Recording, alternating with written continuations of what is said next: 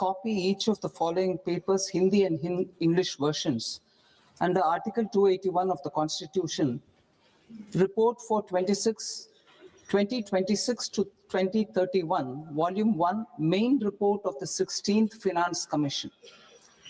2, report for 2026-2031, Volume 2, annexures of the 16th Finance Commission. Number 3, explanatory memorandum as to the action taken on the recommendations contained in the above report. Item number 2, माननीय वित्त मंत्री Nirmala Sitharaman ji.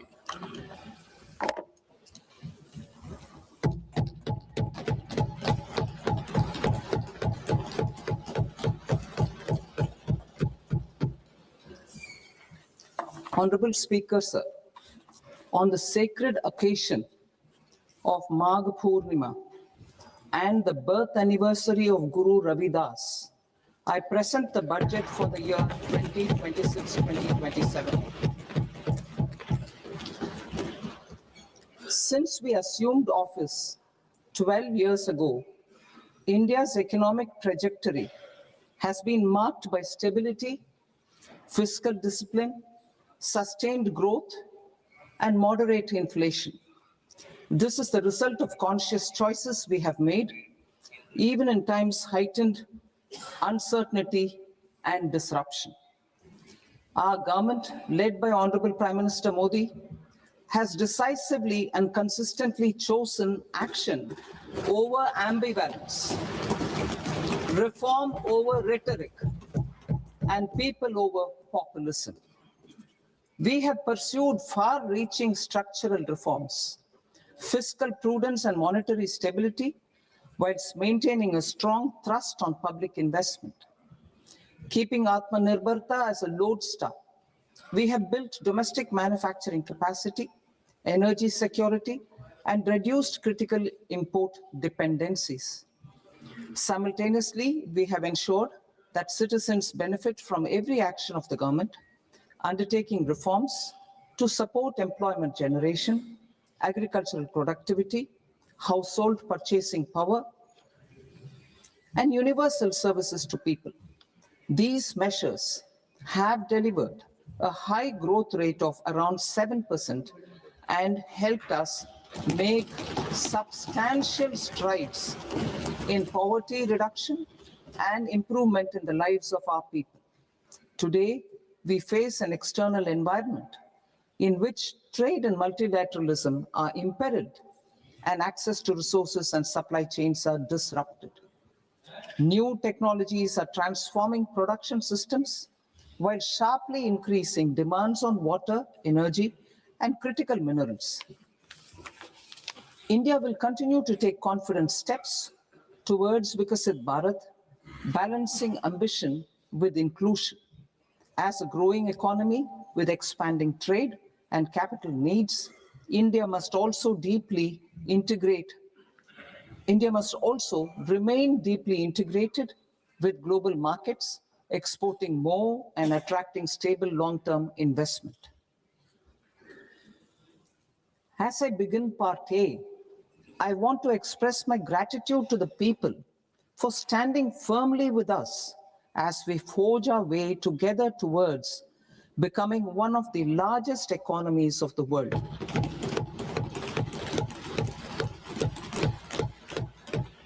Our aim is to transform aspiration into achievement and potential into performance as we ensure that the dividends of growth reach every farmer, the scheduled caste, the scheduled tribes, the nomads, the youth, the poor, and the women.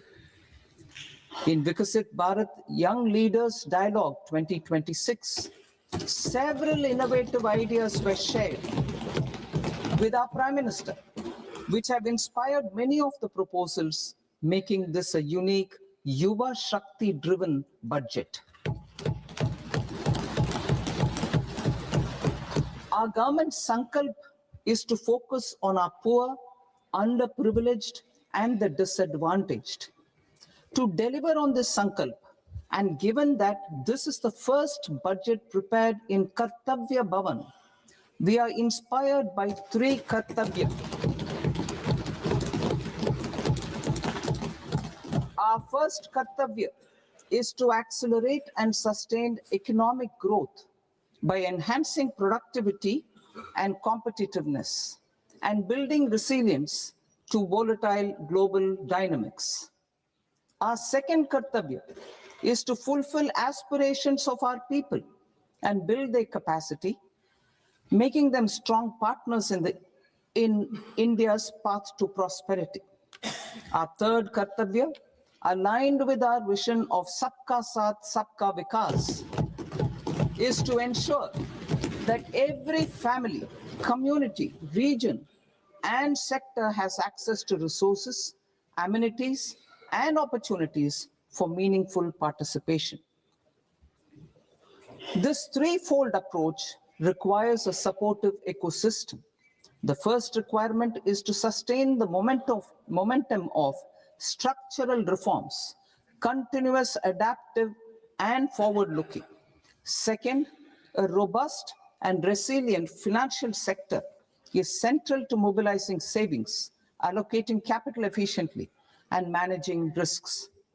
Third, cutting-edge technologies, including AI applications, can serve us as force multipliers for better governance. Reform Express.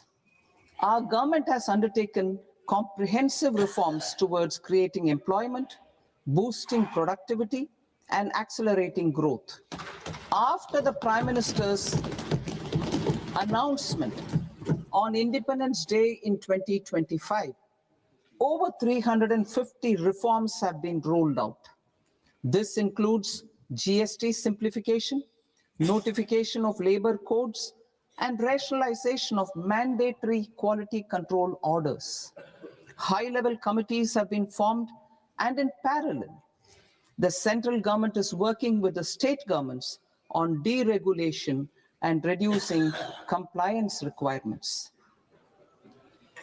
The Reform Express is well on its way and will maintain its momentum to help us fulfill our kartavya. I now move to specific proposals. Under our first kartavya, to accelerate and sustain economic growth, I propose interventions in 6 areas.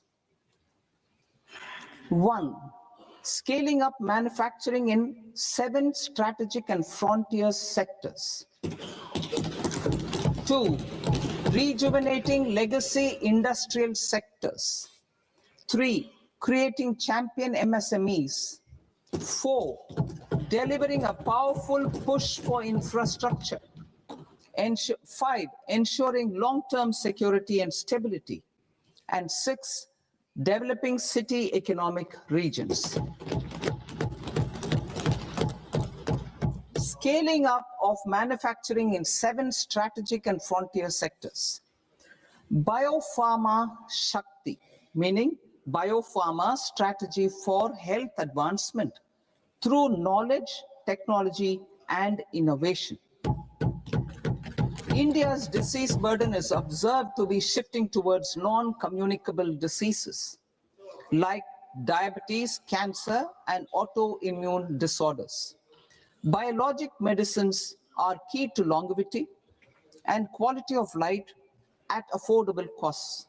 To develop India as a global biopharma manufacturing hub,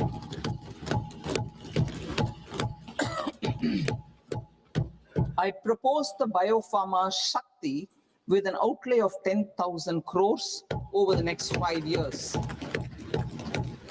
This will build the ecosystem for domestic production of biologics and biosimilars.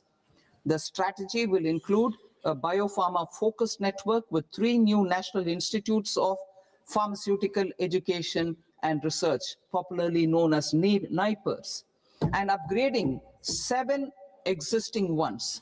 It will also create a network of 1,000 accredited India clinical trials sites.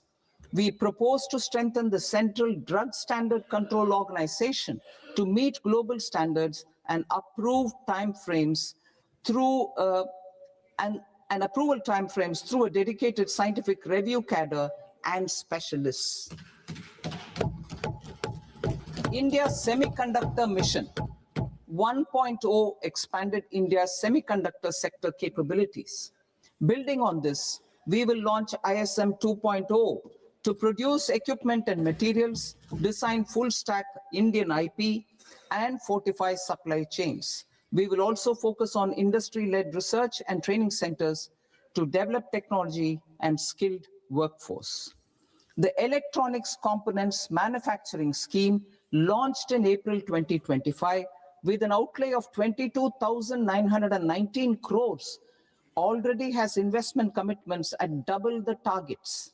We propose to increase the outlay to 40,000 crores to capitalize on this momentum.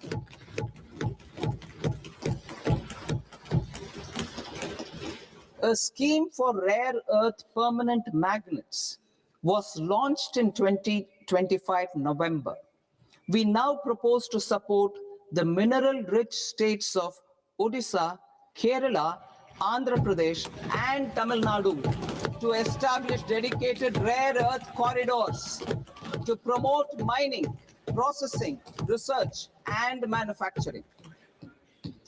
To enhance domestic chemical production and reduction import dependency and reduce import dependency, we will launch a scheme to support states in establishing 3 dedicated chemical parks through challenge route on a cluster-based plug-and-play model.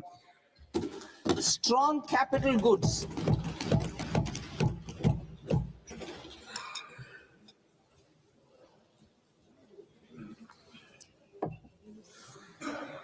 Strong capital goods capability is a determinant of productivity and quality across different sectors.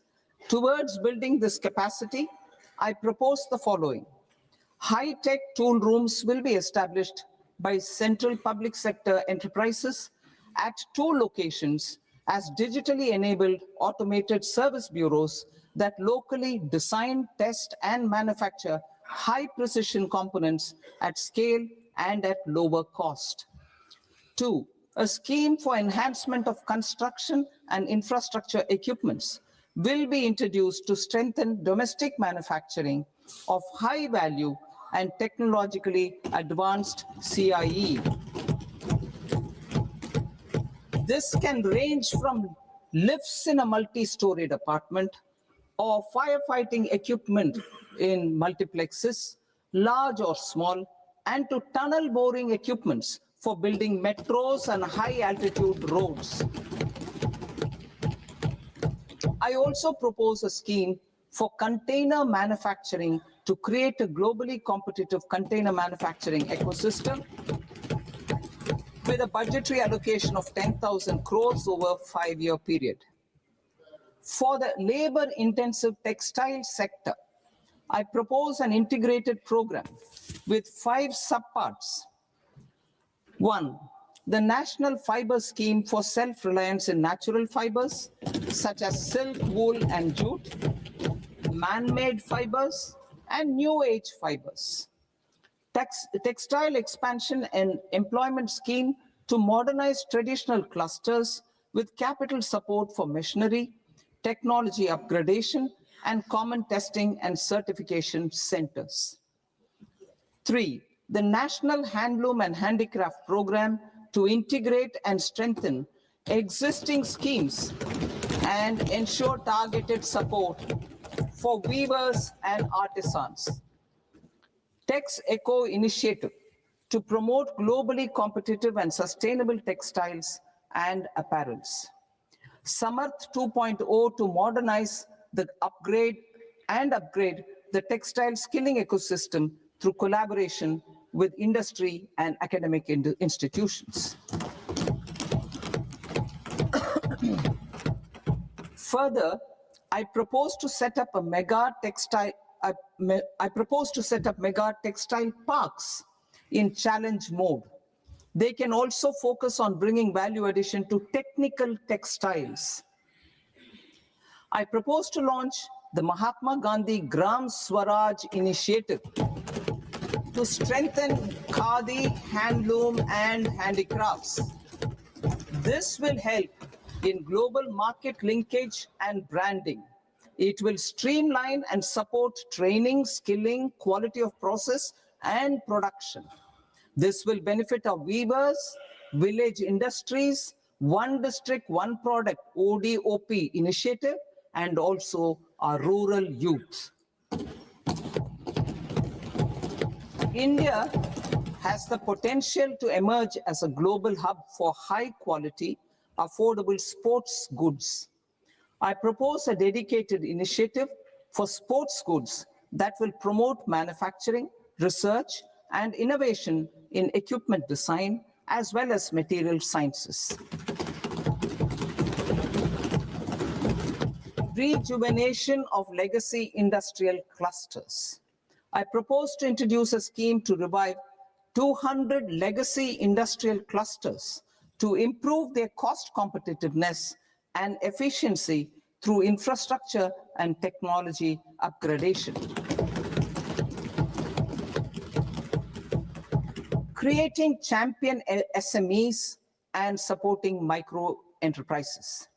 Recognizing MSMEs as a vital engine of growth, I propose a three-pronged approach to help them grow as champions. Equity support. I propose to introduce a dedicated 10,000 crores SME growth fund to create future champions, incentivizing enterprises based on select criteria. I also propose to top up the Self-Reliant India Fund set up in 2021 with 2,000 crores to continue support to micro enterprises and maintain their access to risk capital. Liquidity support. With TREDS, more than 7 lakh crore has been made available to MSMEs. To leverage its full potential, I propose 4 measures. 1, mandate TREDS as the transaction settlement platform for all purchases from MSMEs by CPSEs, serving as a benchmark for other corporates. 2, introduce a credit guarantee support mechanism through CGTMSE for invoice discounting on TREDS platform. 3, link GEM with TREDS for sharing information with financiers about government purchases from MSMEs, encouraging cheaper and quicker financing. 4, introduce TREDS receivables as asset-backed securities, helping develop a secondary market, enhancing liquidity and settlement of transactions. Professional support. Government will facilitate professional institutions such as the ICAI, ICSI, ICMAI to design short-term modular courses and practical tools to develop a cadre of corporate mitras, especially in Tier 2 and Tier 3 towns. These accredited para-professionals will help MSMEs meet compliance requirements at affordable costs. Infrastructure. During this past decade, our government has undertaken several initiatives for large-scale enhancement of public infrastructure, including through new financing instruments such as Infrastructure Investment Trust in WITS and Real Estate Investment Trust REITs, and institutions like NIIF and NABFID. We shall continue to focus on developing infrastructure in cities with over 5 lakh population, that is Tier 2, Tier 3 cities, which have expanded to become growth centers. Public capital expenditure has increased manifold from 2 lakh crore in 2014-15 to an allocation of 11.2 lakh crore in BE 25-26. In this coming year, that is financial year 2026-27, I propose to increase it to 12.2 lakh crores to continue the momentum. To strengthen the confidence of private developers regarding risks during infrastructure development and construction phase, I propose to set up an infrastructure risk guarantee fund to provide prudentially calibrated partial credit guarantee to lenders. Over the years, RITES have emerged as a successful instrument for asset monetization. I propose to accelerate recycling of significant real estate assets of the CPSEs through the setting up of dedicated RITES. To promote environmentally sustainable movement of cargo, I propose to 1. Establish new dedicated freight corridors connecting Dankuni in the east to Surat in the west. Operationalize 20 new national waterways over the next 5 years, starting with National Waterways 5 in Orissa to connect mineral-rich areas of Talcher and Angul and industrial centers like Kalinga Nagar to the ports of Paradeep and Dhamra. Training institutes will be set up as regional centers of excellence for development of required manpower for these waterways. This will benefit youth in the entire stretch of the waterways to train and acquire skills. Further, a ship repair ecosystem catering to inland waterways will also be set up at Varanasi and Patna. And C, launch a coastal cargo promotion scheme for incentivizing a modal shift from rail to road to increase the share of inland waterways and coastal shipping from 6% to 12% by 2047. To enhance last mile and remote connectivity and promote tourism, I propose to give incentives to indigenize manufacturing of seaplanes. A seaplane VGF scheme will be also introduced to provide support for operations. Carbon capture, utilization, and storage. Aligning with the roadmap launched in December 2025, the carbon capture, utilization, and storage technologies at scale will achieve higher readiness and an end-use application across 5 industrial sectors, including power, steel, cement, refineries, and chemicals. An outlay of 20,000 crore is proposed over the next 5 years for this purpose. City economic regions. Cities are India's engines of growth, innovation, and opportunities. We shall now focus on Tier 2, Tier 3 cities, and even temple towns, which need modern infrastructure and basic amenities. This budget aims to further amplify the potential of cities to deliver the economic power of agglomerations by mapping city economic regions based on their specific growth drivers. An allocation of 5,000 crore per CER over 5 years is proposed for implementing their plans through a challenge mode with a reform cum result-based financing mechanism. In order to promote environmentally sustainable passenger systems, we will develop 7 high-speed rail corridors between cities as growth connectors, namely Mumbai to Pune, Pune to Hyderabad, Hyderabad to Bengaluru, Hyderabad to Chennai, Chennai to Bengaluru, Delhi to Varanasi, Varanasi to Siliguri.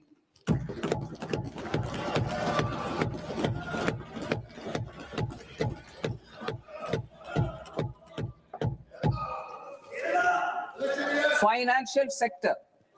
The Indian banking sector today is characterized by strong balance sheet, historic highs in profitability, improved asset quality, and coverage exceeding 98% of villages in the country. At this juncture, we are well placed to futuristically evaluate the measures needed to continue on the path of reform-led growth of this sector. I propose setting up a high-level committee on banking for Vikasit Bharat, high-level committee on banking for Vikasit Bharat, to comprehensively review the sector and align it with India's next phase of growth, while safeguarding financial stability, inclusion, and consumer protection. The vision for NBFCs for Vikasit Bharat has been outlined with clear targets for credit disbursement and technology adoption in order to achieve scale and improve efficiency in the public sector NBFCs. As a first step, it is proposed to restructure the Power Finance Corporation and Rural Electrification Corporation.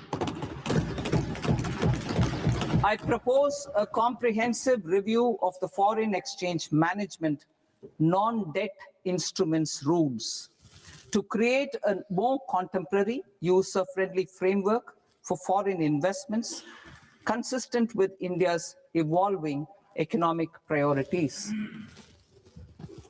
Corporate bond market. I propose to introduce a market-making framework with suitable access to funds and derivatives on corporate bond indices. I also propose to introduce total return swaps on corporate bonds. Municipal bonds. To encourage the issuance of municipal bonds of higher value by larger cities, I propose an incentive of 100 crore rupees for a single bond issuance. 100 crore rupees for a single bond issuance of more than 1,000 crore. The current scheme under Amrit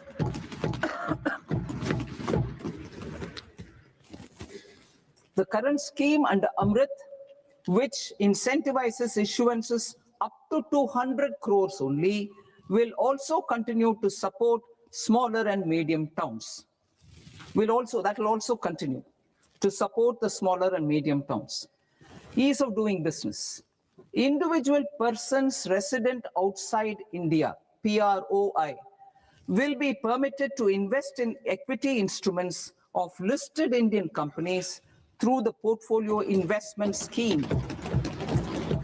It is also proposed to increase the investment limit for an individual PROI under the scheme from 5% to 10%, with an overall investment limit for all individual PROIs to 24% from the current 10%. Emerging technologies including AI. 21st century is technology driven. Adoption of technology is for the benefit of all people. Farmers in the field, women in STEM, youth keen to upskill, and Divyangjan to access newer opportunities.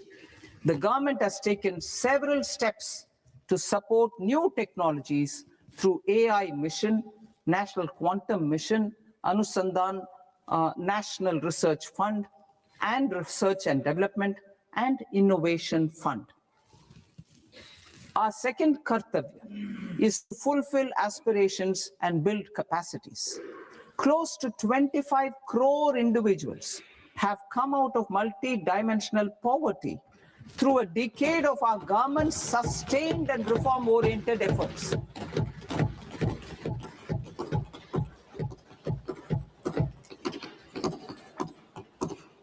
Our government has therefore decided to place a renewed emphasis on the service sector to provide a pathway to fulfilling aspirations of a youthful India with the following measures. I propose to set up a high-powered education to employment and enterprises standing committee to recommend measures that focus on services sector as a core driver of Vikasit Bharat. This will make us a global leader in services with a 10% global share by 2047. The committee will prioritize areas to optimize the potential for growth, employment, and exports. They will also assess the impact of emerging technologies, including AI, on jobs and skill requirements and propose measures thereof. To create a range of skilled career pathways, a new range of skilled career pathways for our youth, I propose interventions in the following sectors. Health. Existing institutions for allied health professionals will be upgraded and new AHP institutions established in private and government sectors. This will cover 10 selected disciplines, including optometry, radiology, anesthesia, OT technology, applied psychology, and behavioral health, and add 1 lakh AHPs over the next 5 years. A strong care system covering geriatric and allied care services will be built.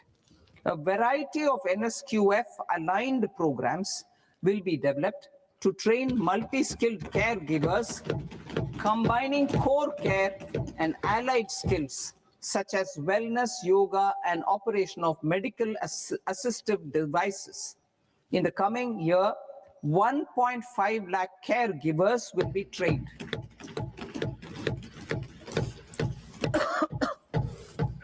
Hubs for medical value tourism.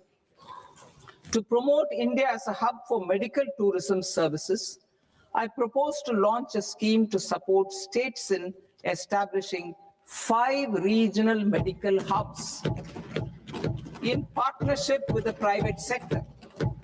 These hubs will serve as integrated healthcare complexes that combine medical, educational, and research facilities. They will have Ayush centers, medical value tourism facilitation centers, and infrastructure for diagnostics, post-care, and rehabilitation. These hubs will provide diverse opportunities, job opportunities for health professionals, including doctors and AHPs. Ancient Indian yoga, already respected in several parts of the world, was given a mass global recognition when Honorable Prime Minister took it to the UN. Post-COVID, Ayurveda gained a similar global acceptance and recognition. Exporting quality Ayurveda products helps farmers who grow the herbs and youth who process the products. To meet growing global demand, a few more steps are being taken. I propose to 1. Set up 3 new All India Institutes of Ayurveda. 2. Upgrade Ayush pharmacies and drug testing labs for higher standards of certification ecosystem and make available more skilled personnel. 3. Upgrade the WHO Global Traditional Medicine Center in Jamnagar to bolster evidence-based research, training, and awareness for traditional medicine. Animal husbandry. Livestock contributes to close to 16% of farm income, including of poor and marginal households. To scale up availability of veterinary professionals by more than 20,000, I propose to roll out a loan-linked capital subsidy support scheme for establishment of veterinary and para-veterinary colleges, veterinary hospitals, diagnostic laboratories, and breeding facilities in private sector. Collaboration between Indian and foreign institutions will also be facilitated. Orange economy. India's animation, visual effects, gaming and comics sector, ABGC sector, is a growing industry projected to require 2 million professionals by 2030. I propose to support the Indian Institute of Creative Technologies, Mumbai, in setting up ABGC content creator labs in 15,000 secondary schools all over the country and 500 colleges. The Indian design industry is expanding rapidly, and yet there is a shortage of Indian designers. I propose to establish, through Challenge Route, a new National Institute of Design to boost design education and development in the eastern region of India. Education. Our government will support states through Challenge Route in creating 5 university townships in the vicinity of major industrial and logistics corridors. These planned academic zones will host multiple universities, colleges, and research institutions, skill centers, and residential complexes. In higher education, STEM institutions, prolonged hours of study and laboratory work pose some challenges for girl students. Through VGF, Viability Gap Funding and capital support, one girls' hostel will be established in every district.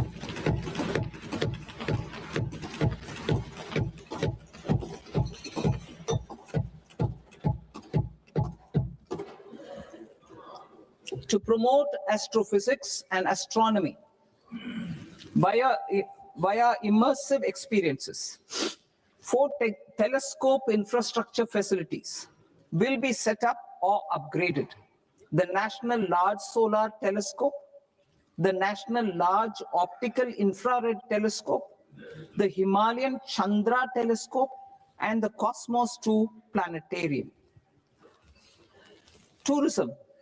The tourism sector has the potential to play a large role in the employment generation, forex earnings, and expanding the local economy. I propose to set up a National Institute of Hospitality by upgrading the existing National Council for Hotel Management and Catering Technology.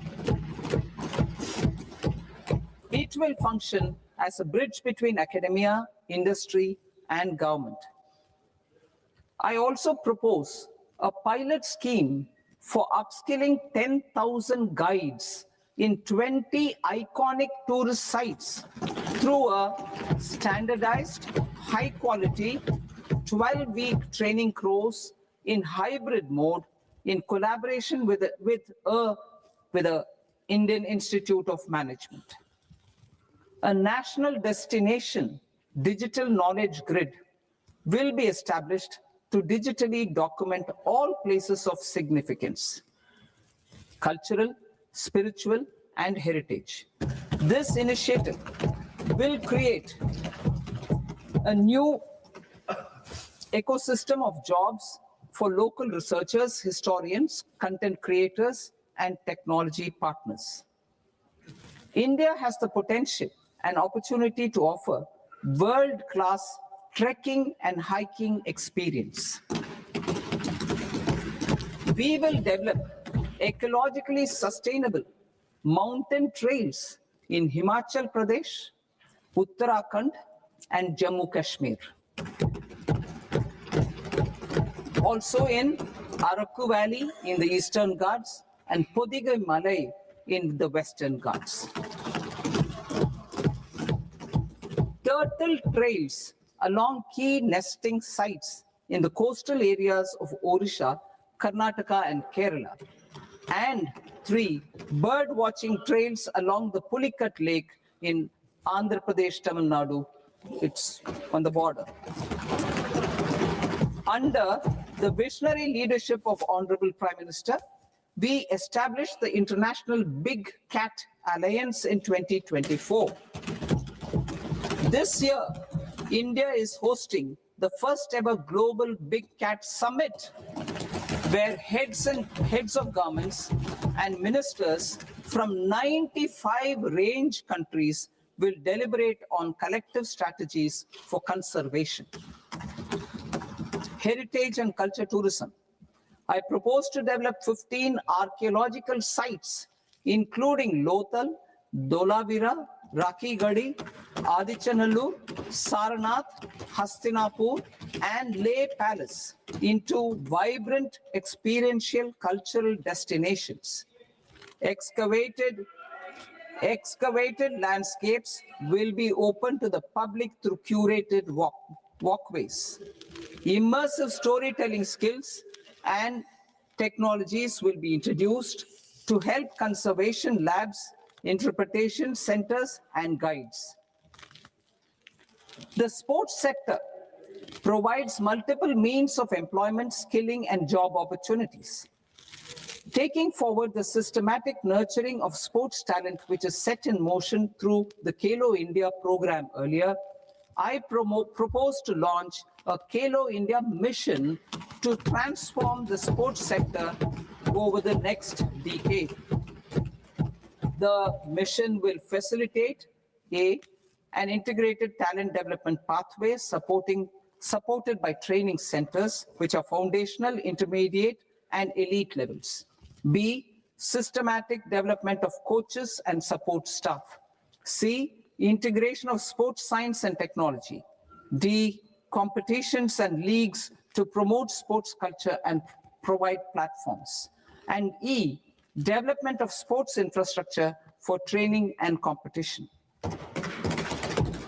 Our third Kartavya aligns with our vision of Sabka Saath, Sabka Vikas towards Vikasit Bharat. This requires targeted efforts for 1, increasing farmer incomes through productivity enhancement and entrepreneurship, with special attention to small and marginal farmers. B, empowering Divyangjan through access to livelihood opportunities, training, and high-quality assistive devices. C, empowering the vulnerable to access mental health and trauma care. D, focus on the Purvodaya states and the Northeast region to accelerate development and employment opportunities. Fisheries. We will undertake initiatives for integrated development of 500 reservoirs and Amrit Sarovars. 2, strengthen the fisheries value chain in coastal areas and enable market linkages involving startups and women-led groups together with fish farmer producer organizations. Animal husbandry. To provide quality employment opportunities in rural and peri-urban areas, we will support the animal husbandry sector in entrepreneurship development through A, credit-linked subsidy program, B, scaling up and modernization of livestock enterprises, C, enhanced creation of livestock, dairy, and poultry enhanced creation of livestock, dairy, and poultry-focused integrated value chains, and D, encourage creation of livestock farmer-producer organizations. High-value agriculture. To diversify farm outputs, increase productivity, enhance farmers' incomes, and create new employment opportunities, we will support high-value crops such as coconut, sandalwood, cocoa, cashew in the coastal areas, agar trees in Northeast, and nuts such as almonds, walnuts, and pine nuts in our hilly regions. These, all of them, will be supported. India is the world's largest producer of coconuts. About 30 million people, including nearly 10 million farmers, depend on coconuts for their livelihood. To further enhance competitiveness in coconut production, I propose a coconut promotion scheme to increase production and enhance productivity through various interventions, including replacing and non-productive trees, with new saplings or plants or varieties in major coconut growing states. A dedicated program is proposed for Indian cashew and cocoa to make India self-reliant in raw cashew and coconut production and processing, enhance export competitiveness, and transform Indian cashew and Indian cocoa into premium global brands by 2030. Sandalwood. Sandalwood is closely linked to India's social and cultural heritage. Our government will partner with state governments to promote focused cultivation and post-harvest processing to restore the glory of the Indian sandalwood ecosystem, to rejuvenate old, low-yielding orchards, and expand high-density cultivation of walnuts, almonds, and pine nuts. We will support a dedicated program to enhance farmer incomes and in bringing value addition by engaging youth. Bharat Vistar, that is virtually integrated system to access agricultural resources. I propose to launch Bharat Vistar, a multilingual AI tool that shall integrate the AgriStack portals and the ICAR package on agricultural practices with AI systems. This will enhance farm productivity, enable better decisions for farmers, and reduce risk by providing customized advisory support. She Marts for rural women-led enterprises. Building on the success of Lakpati Didi program, I propose to help women take the next step from credit-linked livelihoods to being owners of enterprises.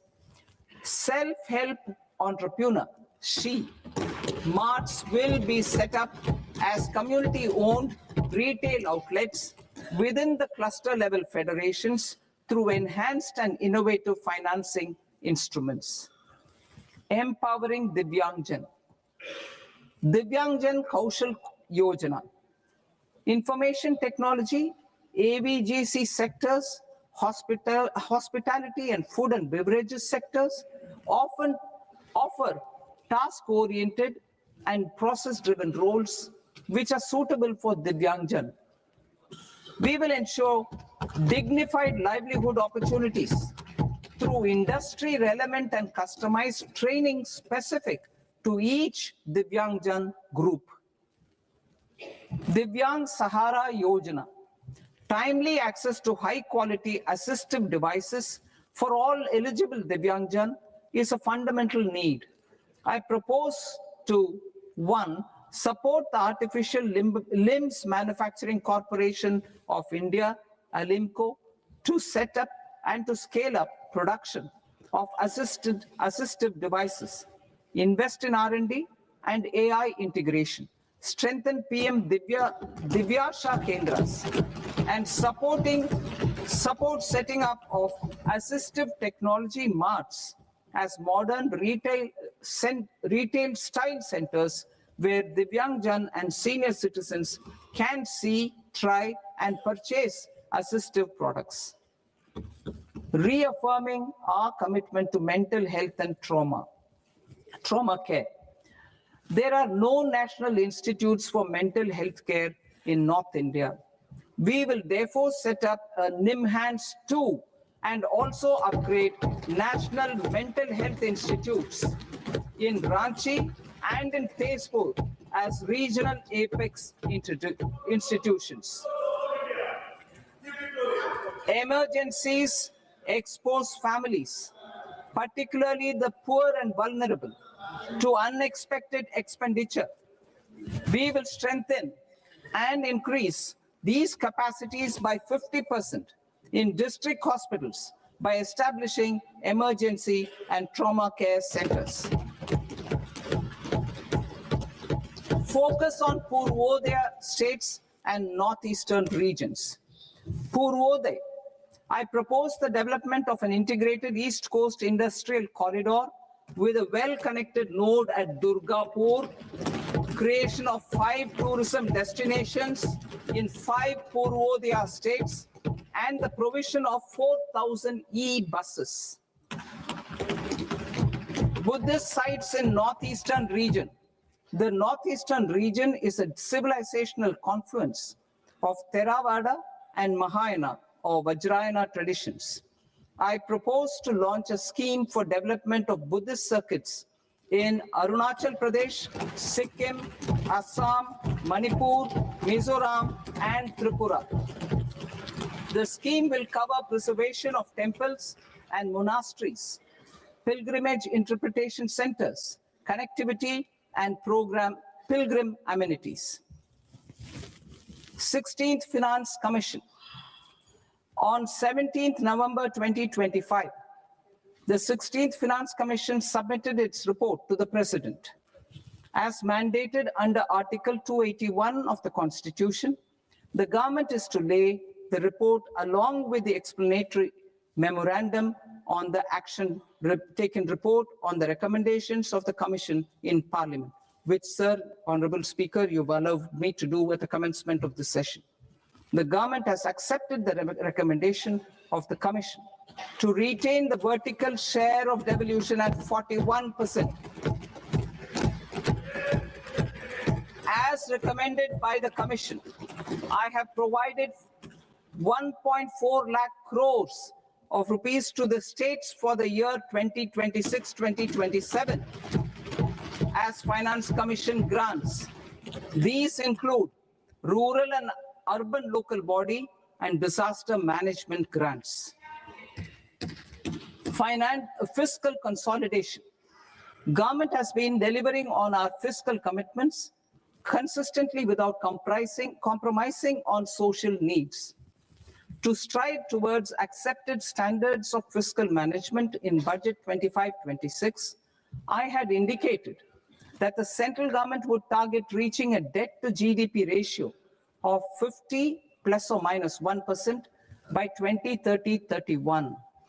In line with this, the debt to GDP ratio is estimated to be 55.6% of GDP in BE 26-27. compared to 56.1% of GDP in RE 25-26. A declining debt to GDP ratio will gradually free up resources for priority sector lending and expenditure by reducing the outgo on interest payments. One of the main operational instruments for debt targeting is the fiscal deficit. I'm happy to inform this August House that I fulfilled my commitment made in 2021-2022 to reduce fiscal deficit below 4.5% of GDP by 25-26. In RE 25-26, the fiscal deficit has been estimated at par with BE of 2025-26 at 4.4% of GDP. In line with the new fiscal prudence path of debt consolidation, the fiscal deficit in BE 26-27 is estimated to be 4.3% of the GDP.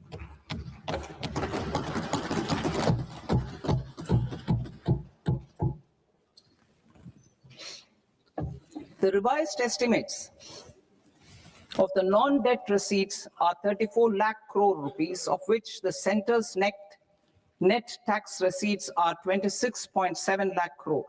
The revised estimate of the total expenditure is 49.6 lakh crore rupees, of which the capital expenditure is about 11 lakh crores.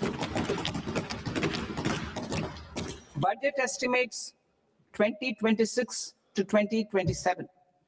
Coming to 26-27, the non-debt receipts and the total expenditure are estimated as 36.5 lakh crore and 53.5 lakh crore respectively. The centre's net tax receipts are estimated at 28.7 lakh crore rupees. To finance the fiscal deficit, the net market borrowings from dated securities are estimated at 11.7 lakh crore rupees. The balance financing is expected to come from small savings and other sources.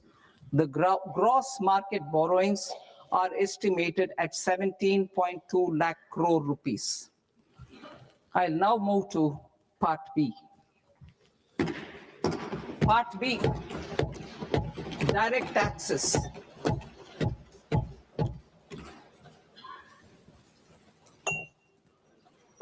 Honorable Speaker, sir, I now present my proposals on direct taxes. New Income Tax Act. In July 2024, I announced a comprehensive review of the Income Tax Act 1961. This was completed in a record time, and the Income Tax Act 2025 will come into effect from 1st April 2026. The simplified income tax rules and forms will be notified shortly, giving adequate time to taxpayers to acquaint themselves with its requirements. The forms have been redesigned such that ordinary citizens can comply without difficulty. Ease of living. I propose that any interest awarded by the Motor Accident Claims Tribunal to a natural person will be exempt from income tax, and any TDS on this account will be done away with. I propose to reduce TCS rate on the sale of overseas tour program package from the current 5% and 20% to 2% without any stipulation of amount. I propose to reduce TCS rate for pursuing education and for medical purposes under the Liberalized Remittance Scheme, popularly known as LRS, from 5% to 2%. Supply of manpower services is proposed to be specifically brought within the ambit of payment to contractors for the purpose of TDS to avoid ambiguity. Thus, TDS on these services will be at the rate of either 1% or 2% only. I propose a scheme for small taxpayers, wherein a rule-based automated process will enable obtaining a lower or nil deduction certificate instead of filing an application with the assessing officer. For the ease of taxpayer holding securities in multiple companies, I propose to enable depositories to accept Form 15G or Form 15H from the investor and provide it directly to various relevant companies. I propose to extend time available for revising returns from 31st December to up to 31st March with the payment of a nominal fee. I also propose to stagger the timeline for filing of tax returns. Individuals with ITR 1 and ITR 2 returns will continue to file till 31st July, and non-audit business cases or trusts are proposed to be allowed time till 31st August. TDS on sale of immovable property by a non-resident is proposed to be deducted and deposited through resident buyers and his or her PAN-based challan instead of requiring a TAN, which is a temporary accounting number. To address practical issues of small taxpayers like students, young professionals, tech employees, relocated NRIs, and such others, I propose to introduce a one-time 6-month foreign asset disclosure scheme for these taxpayers to disclose income or assets below a certain size. This scheme would be applicable for two categories of taxpayers, namely, A, who did not disclose their overseas income or assets, and B, who disclosed their overseas income and or paid due tax but could not declare the asset acquired. For category A, the limit of undisclosed income or asset is proposed to be up to 1 crore rupees.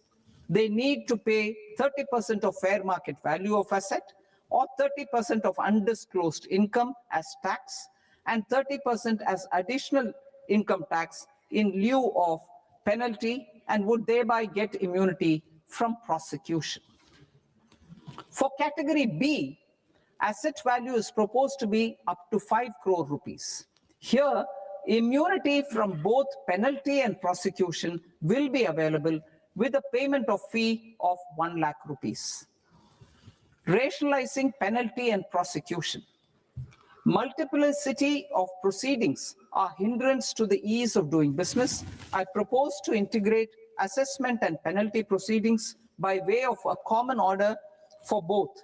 There will be no interest liability on the taxpayer on the penalty amount for the period of appeal before the first appellate authority, irrespective of the outcome of appeal process. Further, quantum of prepayment is being reduced from 20% to 10% and will continue to be calculated only on core tax demand. As an additional measure for reducing litigation, I propose to allow taxpayers to update their returns even after reassessment proceedings have been initiated, and an additional 10% tax rate over and above the rate applicable for the relevant year. The assessing officer will then use only this updated return in his proceedings. There is already a framework for immunity from penalty and prosecution in the cases of underreporting. I propose to apply this framework for immunity to misreporting too. However, in such a case, the taxpayer will need to pay 100% of the tax amount as an additional income tax over and above the tax and interest due. Penalties for certain technical defaults, such as failure to get accounts audited, non-furnishing of transfer pricing audit report, and default in furnishing statement for financial transactions are proposed to be converted into fee.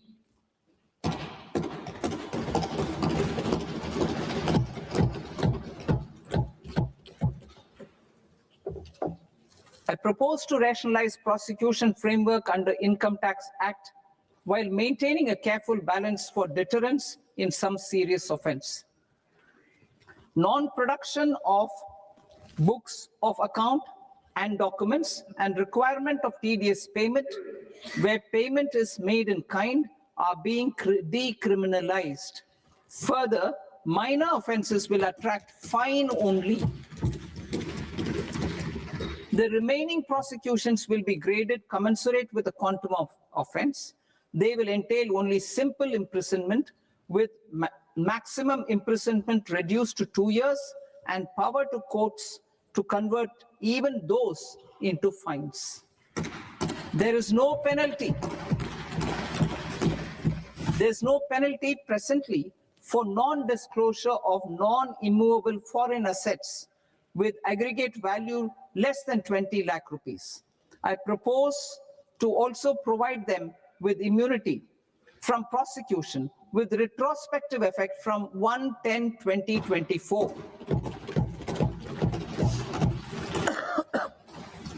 Cooperatives. Deduction is already allowed to a primary cooperative society engaged in supplying milk, oilseeds, fruits or vegetables raised or grown by its members. I propose to extend this deduction to also include supply of cattle feed and cotton seed produced by its members. I propose to allow inter-cooperative society dividend income as deduction under the new tax regime to the extent it is further distributed to its members. I further propose to allow exemption for a period of 3 years to dividend income received by a notified national cooperative federation on their investments made in companies up to 31/1/2026. This exemption would be allowed only for dividends further distributed to its member cooperatives. Supporting IT sector as India's growth engine. India is a global leader in software development services, IT-enabled services, knowledge process outsourcing services, and contract R&D services relating to software development. These businesses and their segments are quite interconnected with each other. All these services are proposed to be clubbed under a single category of information technology services with a common safe harbor margin of 15.5% applicable to all.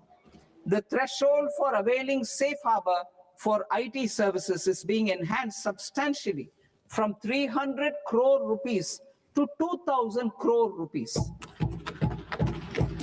Safe harbor for IT services shall be approved by an automated rule-driven process without any need for tax officer to examine and accept the application.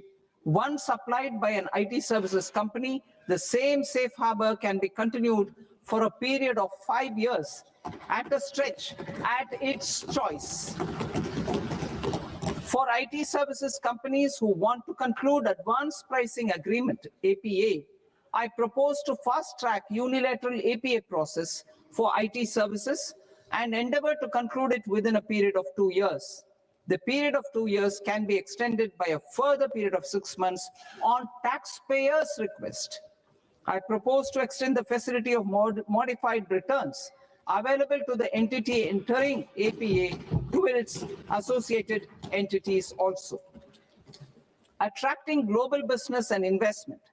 Recognizing the need to enable critical infrastructure and boost investment in data centers, I propose to provide tax holiday till 2047 to any foreign company that provides cloud services to customers globally by using data center services from India.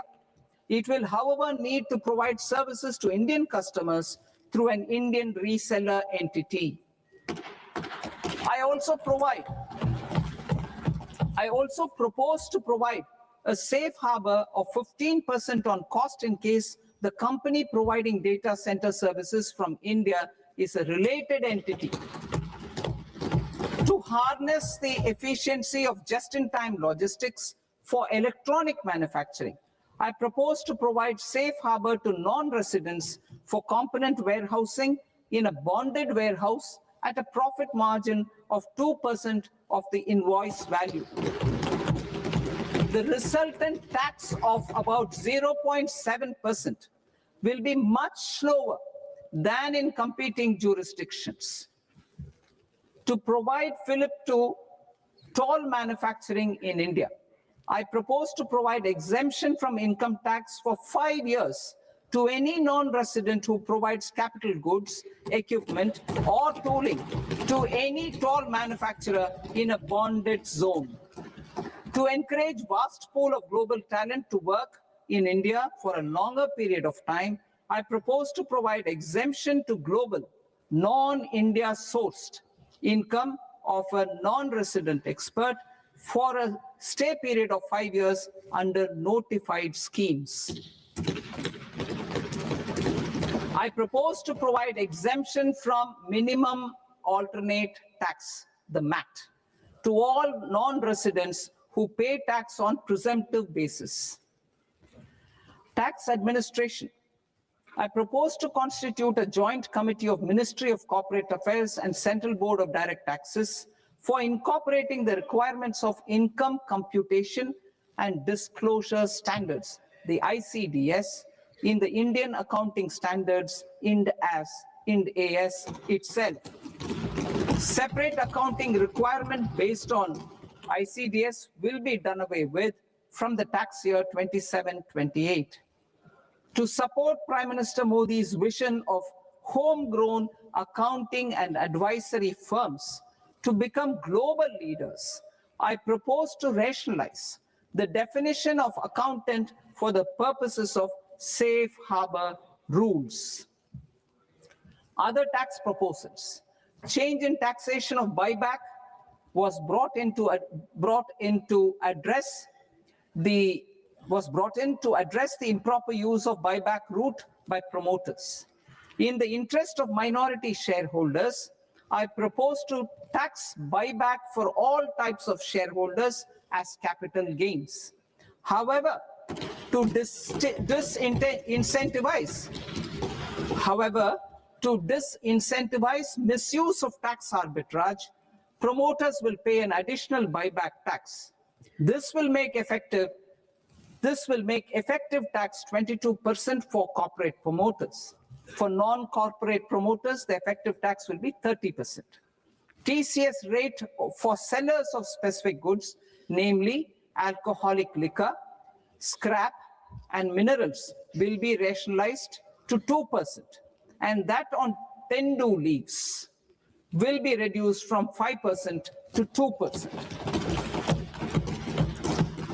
I propose to raise the STT on futures to 0.05% from the present 0.02%.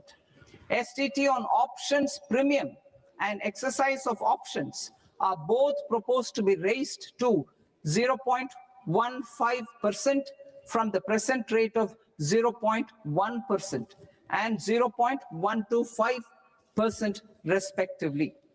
We reformed the taxation landscape for corporates in 2019 by providing them a simplified regime with lower tax rate so that they could productively focus on business rather than on claim of deductions and exemptions.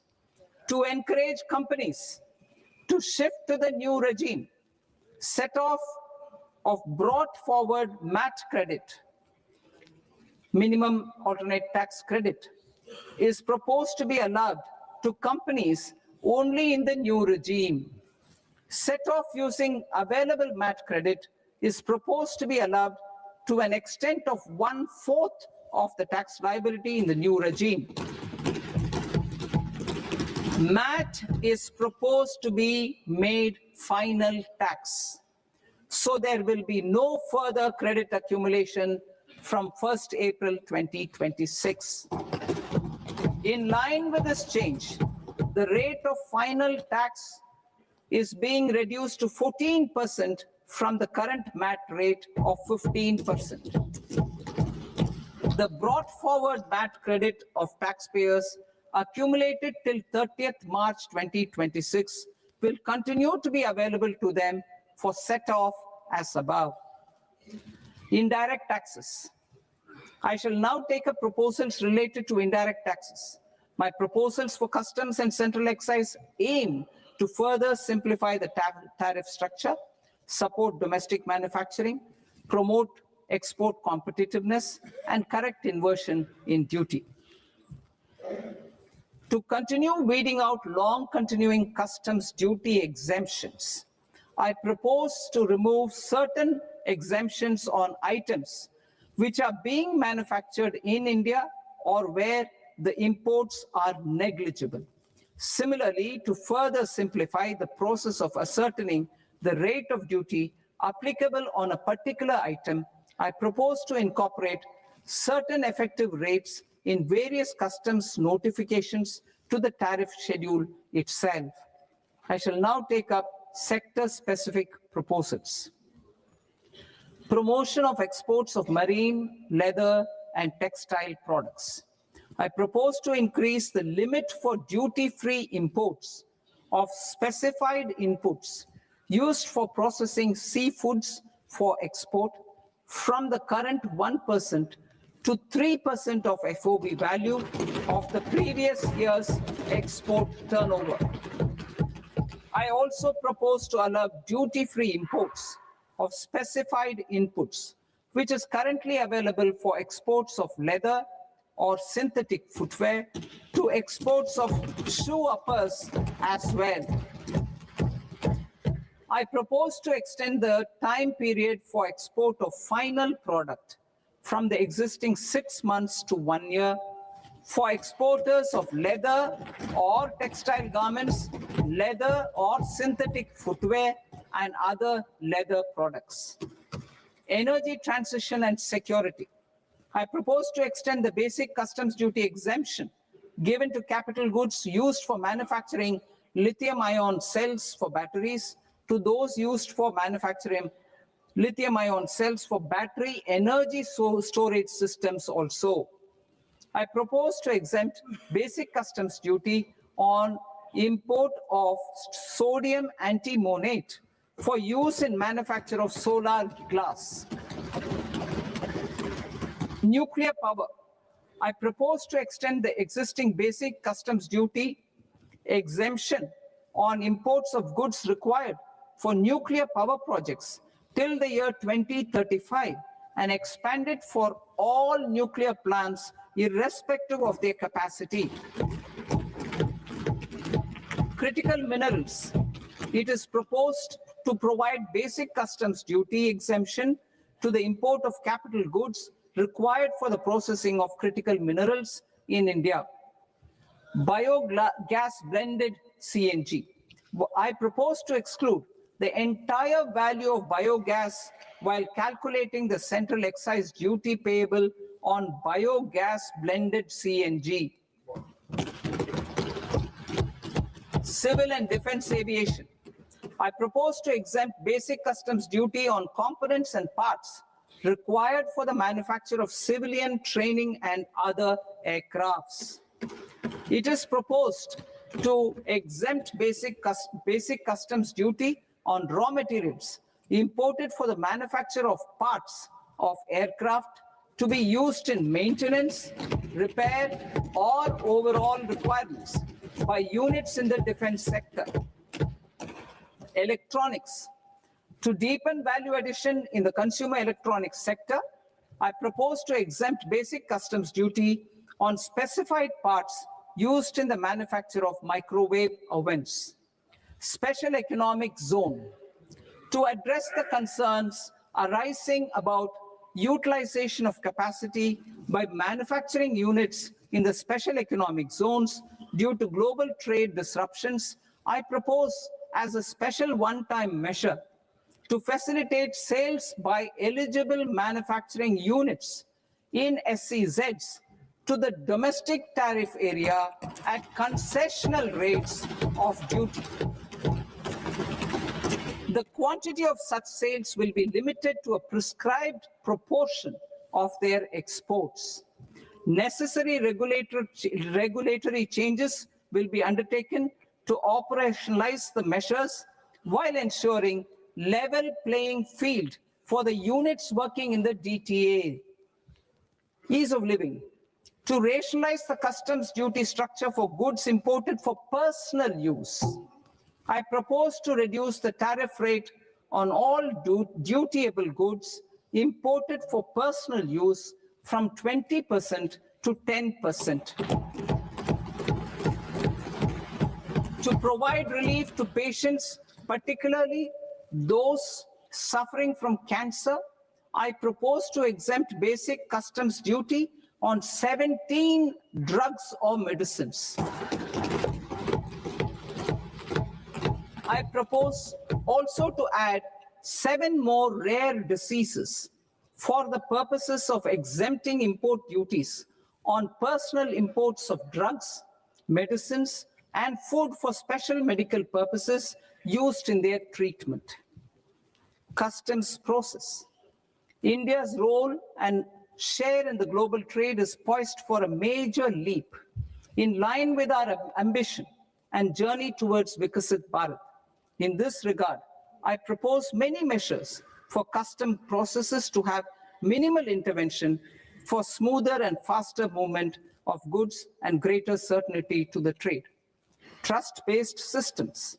I propose to enhance duty deferral period for Tier 2 and Tier 3 authorized economic operators, known as AEOs, from 15 days to 30 days. I propose to provide eligible manufacturer importers the same duty deferral facility. This should encourage them to get themselves accredited as a full-fledged Tier 3 AEO in due course. To provide greater certainty and for better business planning, I propose to extend validity period of advance ruling binding on customs from the present 3 years to 5 years. In the spirit of the whole of government approach,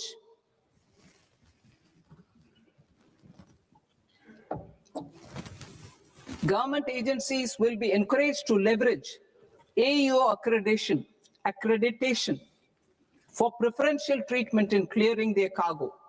Regular importers with trusted, long-standing supply chains will be recognized in the risk system so that the need for verification of their cargo every time can be minimized.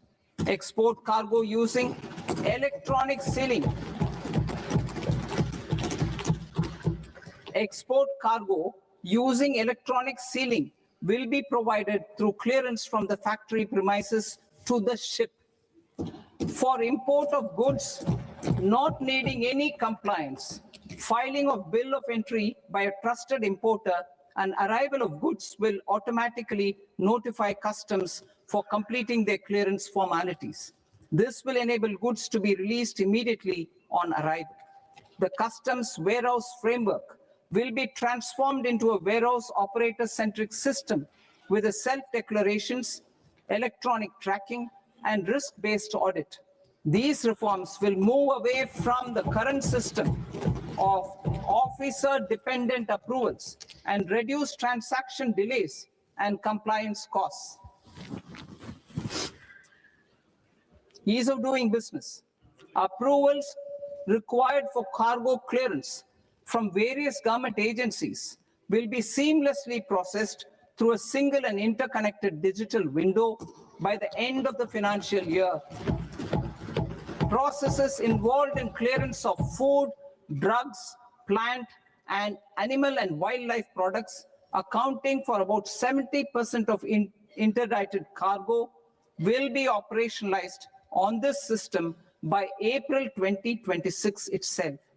For goods not having any compliance requirement, clearance will be done by customs immediately after online registration is completed by the importer, subject to the payment of duty. Customs integrated system will be rolled out in 2 years as a single integrated and scalable platform for all customs processes.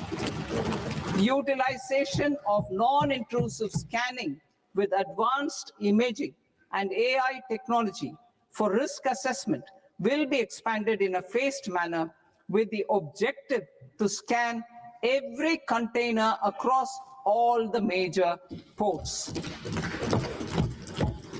New export opportunities to support Indian fishermen to fully harness the economic value of marine resources beyond our territorial waters. The following measures will be taken. A, fish catch by an Indian fishing vessel in exclusive economic zone or on the high seas will be made free of duty.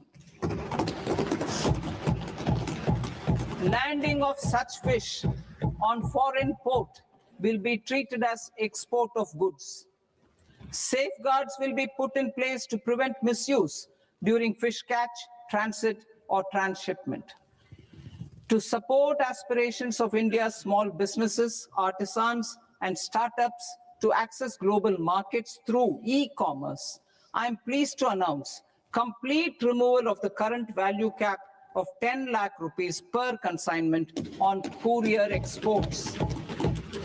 In addition, handling of rejected and returned consignments will be improved with effective use of technology for identifying such consignments. I propose to revise provisions governing baggage clearance during international travel to address genuine concerns of passengers. The revised rules will enhance duty-free allowances in line with the present-day travel realities and provide clarity in temporary carriage of goods brought in or taken out. There are honest taxpayers who are willing to settle disputes by paying all their dues, but they get deterred due to negative connotation associated with penalty. They will now be able to close cases by paying an additional amount in lieu of penalty. Honorable Speaker, sir, with this, I commend the budget to this august House. Jai Hind.